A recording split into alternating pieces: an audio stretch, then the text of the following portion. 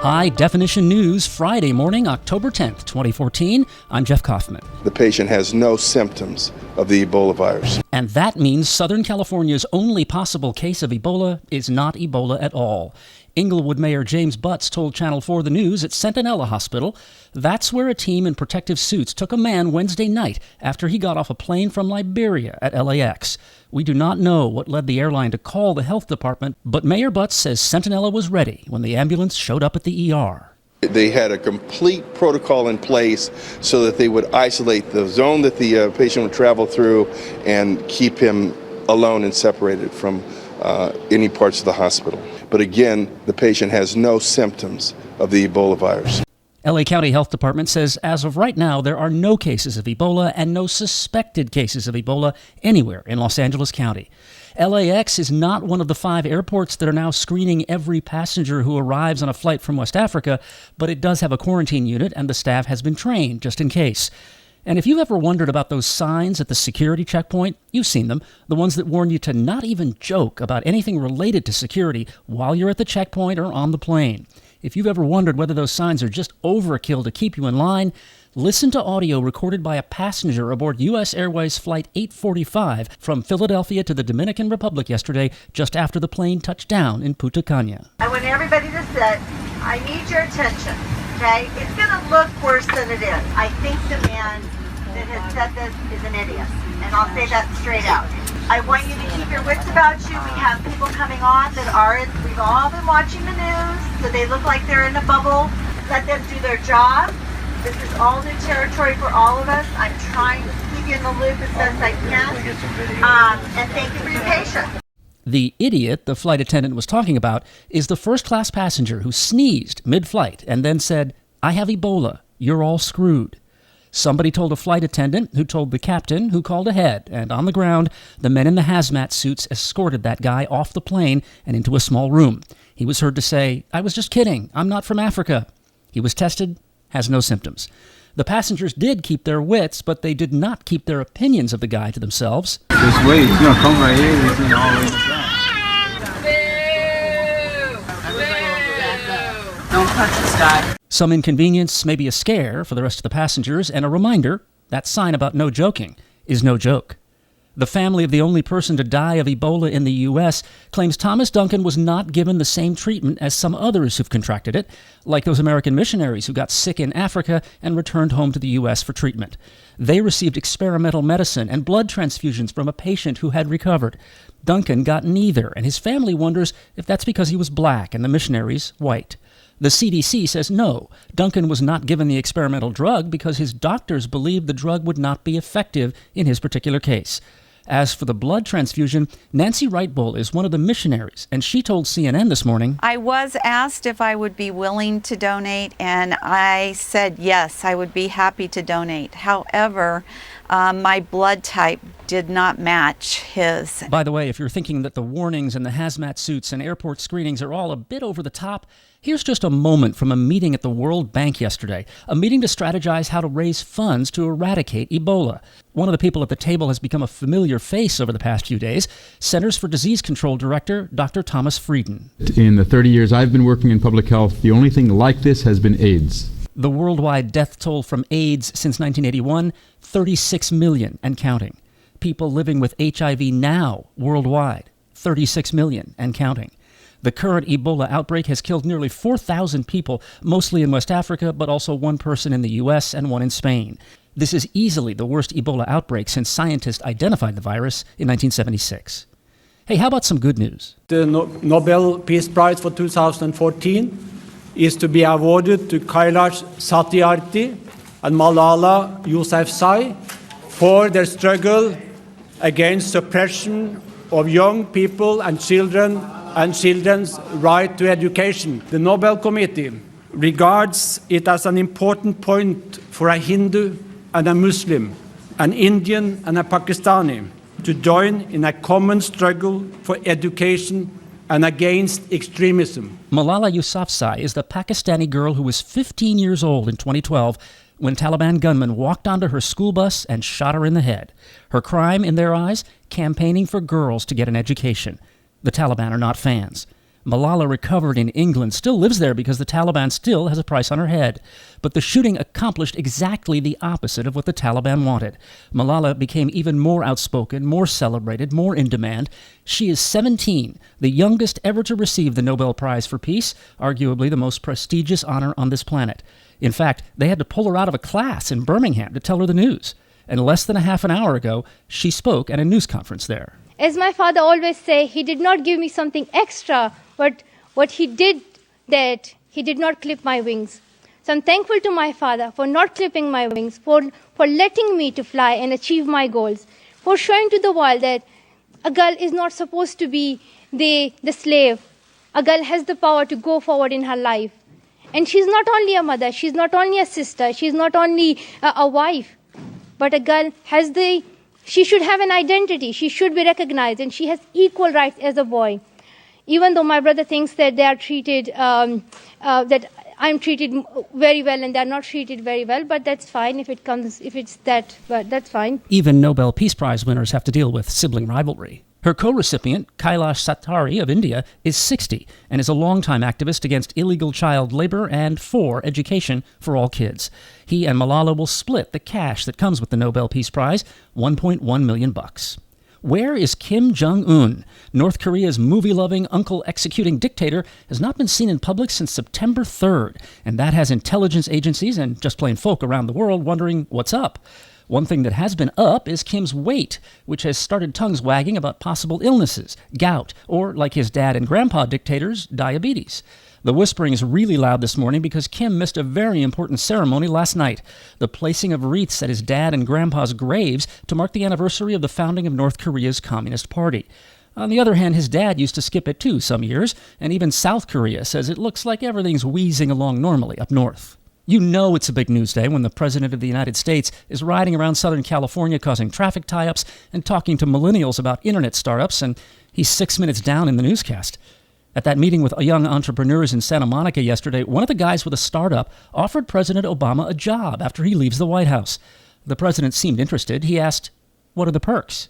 He had a fundraiser at Gwyneth Paltrow's last night. This morning in San Dimas, the president will declare half the Angeles National Forest a national monument, which is a higher level of federal protection. It'll be the San Gabriel Mountains National Monument. Then back to Washington. Gays and lesbians can finally have a tacky Las Vegas wedding. Federal courts late yesterday cleared up a paperwork snafu that had left Nevada without the authority to issue marriage licenses, despite the Supreme Court's refusal this week to take up cases asking for support for same-sex marriage bans in several states. The marriage licenses are flowing in Nevada now, and that makes 34 of the 50 states, plus D.C., in which it is legal to marry the person you love, period. Here's some catch-up for your Friday breakfast. All of this happened since you stopped paying attention yesterday. Jan Hooks was not one of Saturday Night Live's breakout stars. It was her career after SNL that would make any aspiring comedic actor envious. She joined SNL in 1986, part of the class that included Dana Carvey, John Lovitz, Dennis Miller, Kevin Nealon, and in this sketch, Phil Hartman doing Sinatra. This crap with MTV, with the nudity and all. What is this crap? Sinbad O'Connor.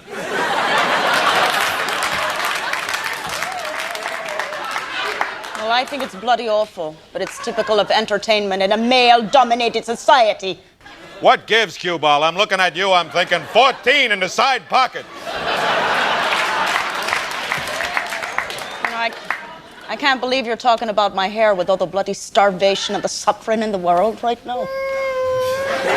That's Hartman's Sinatra playing the world's tiniest violin. Hook's SNL repertoire included impressions of Hillary Clinton, Nancy Reagan, and Tammy Faye Baker. She was also Candy Sweeney of the loungerific Sweeney Sisters. After she left SNL in 1991, she did what some of the show's alumni find difficult. She got work. Lots of it. She was a regular on Designing Women and had roles in Batman Returns, Pee-wee's Big Adventure, Third Rock from the Sun, The Simpsons, and 30 Rock. Her agent says she died yesterday, though no cause of death has been released. Jan Hooks was 57. Bill Clinton's sense of humor has become more wry since he became an ex-president. Handing the weight of the world to some other guy might do that. Like most who've had the job, he loved being president, but really digs being a former president. Great thing about not being president anymore is you can just say whatever you want. Unless your wife might run for something, then you can say whatever you want as long as you don't make any headlines. In the story of the United States, it is a through line that runs from the beginning. Race intersects with everything in America. And today there are a couple of new chapters. First, the air is thick in St. Louis this morning, but not because of the humidity. You'd feel the tension if you were there, the morning after people and police battled in the streets. The protesters are angry because a white cop killed an 18-year-old black man. But this is not about Ferguson and Michael Brown. This happened the night before last in St. Louis, but some, not all, but some of the circumstances are going to sound familiar. What everybody agrees on is that a white St. Louis officer, just like in Ferguson, the department refuses to identify him, the officer was off duty, but in his police uniform working for a private security company. That happens a lot, including here in Southern California. Just like here, the off-duty cop/on-duty security officer was not driving a police car, but one that belongs to the security firm. And this is where the stories separate.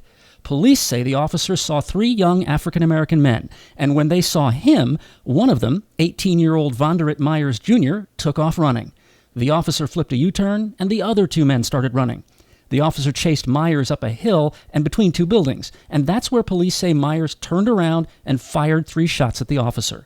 Then his gun jammed. The officer returned fire with 17 shots. Vonderrit Myers Jr. was killed. Sam Dotson is police chief of St. Louis, and if that name sounds familiar, it may be because he was one of the law enforcement officials from neighboring communities who went to Ferguson to try to help out when street protests began after Michael Brown was killed. Chief Dotson was sometimes the man at the microphone giving out information and appealing for calm when the Ferguson Police Department clammed up and disappeared. Chief Dotson was quick to step before the news cameras Wednesday night after the shooting to tell what police knew at that point. I know emotions are high, and I know tensions are high, but the reality is what we've seen, or what the evidence tells me right now, is an individual pointed a gun at a police officer, fired at least 3 rounds, and continued to pull the trigger. Myers' family says police are lying, that Vonderrit was unarmed and that what he was holding was a sandwich. Neil Bruntrager, who's the attorney for the St. Louis Police Officers Union, told CNN this morning that that's not what's in the police report. There were shell casings around the body. There were bullets that were recovered from the ground by the police officer. What they didn't recover was a sandwich. Let's back up. The officer saw the 3 men. For some reason, and we don't yet know what that reason is, he decided he needed to check them out. When they saw him turn his car toward them, they ran. So he got out and chased them. Whatever happened after that, the law everywhere in this country is clear on one point. By itself, running from the police is absolutely not evidence of a crime or of guilt. Police Union Attorney Bruntrager says, yes, but you have reasonable grounds to stop them or pursue at that point and investigate it further. Let's pay attention to what we think we want police officers to do. We want them to use their instincts. We want them, now this was a veteran officer, 6 years on the force, 4 years in the Marine Corps. So he sees something that has sparked his interest and he's reacting to it. That's what he's paid to do. Instinct, also not admissible in court. And about those 17 shots that the officer got off, Bruntrager says the officer did what he was trained to do when he believes his life is in danger. So when an officer feels that he needs to use deadly force, he or she needs to use it, they're taught to use it until the threat has ended. So again, I don't think people realize how quickly one can fire that many shots. And it can happen very, very quickly. Many in the African-American community in St. Louis believe what happened here is that the officer racially profiled the 3 young men, that the reason he flipped that U-turn to check them out is because they were breaking the unwritten law, walking while black. This morning, the Justice Department and the U.S. Attorney in St. Louis have joined the investigation into the shooting. His family says Vonderrit Myers was quiet and respectful. He was due in court next month on charges of unlawfully using a gun and resisting arrest earlier this year. Police say they arrested him then after he ran away from police and dropped a gun into a storm drain. The protests began peacefully last night, with police officers mostly just watching from a distance. But after 10 p.m., police put on riot gear, rolled out the armored personnel carrier, and marched up to the protesters. That's when the crowd seemed to get angrier. Police used pepper spray. They say 2 people were arrested and 1 officer was hurt. By the way, community leaders in Ferguson are beginning what they call a weekend of resistance, 4 days of demonstrations over just the type of police training and procedures that you just heard the police union attorney describe, policies the protesters say led to the deaths of Michael Brown, Vonderrit Myers Jr., and many other black men.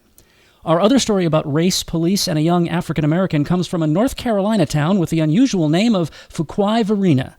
It's 18 miles outside Raleigh. It's where 18-year-old Deshaun Curry lives with his foster parents and their 3 elementary school-age kids. He's been with this family for a year, although the family only moved into the house in Fuquay-Varina 2 months ago. And this is where we tell you that Deshaun is African American and his foster family is white. On Monday, Deshaun's mom left the side door unlocked when she went to work because he'd be getting out of school early that day and she and his dad would still be at work. Deshaun went in the side door. A neighbor saw him and dialed 911. The next thing Deshaun knew, there were 3 cops standing in his living room. It was like, put your hands on the door. I was like, for what? I was like, this is my house. I was like, why are y'all in here? All I hear was sprayed me from the back of my neck on up to my eyes. Police say the officers were legitimately responding to a report of criminal activity in a neighborhood that has had some recently, and that Deshaun became belligerent.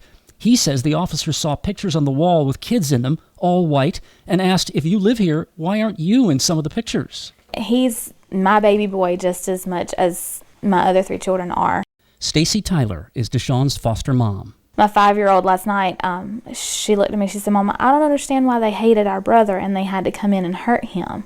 Everything that we've worked so hard for in the past years was stripped away yesterday in just a matter of moments. That's Rick Tyler, Deshaun's foster dad. Stacy Tyler says since they're fairly new in that house, she understands about the neighbor calling 911. The Tylers met this week with the police department to discuss the case. As for Deshaun, I'm feeling, comfortable, and, I didn't move in my room, and, I'm feeling like I'm loved. And then when they come in and then just to profile me and say that I'm not who I am and that I do not stay here because there was white kids on the wall, that really made me mad. Don't know if it was Deshaun Curry's first class in the School of Life required course titled You and the Police. Statistics tell us it will not be his last. Now you know what we know. I'm Jeff Kaufman, High Definition News.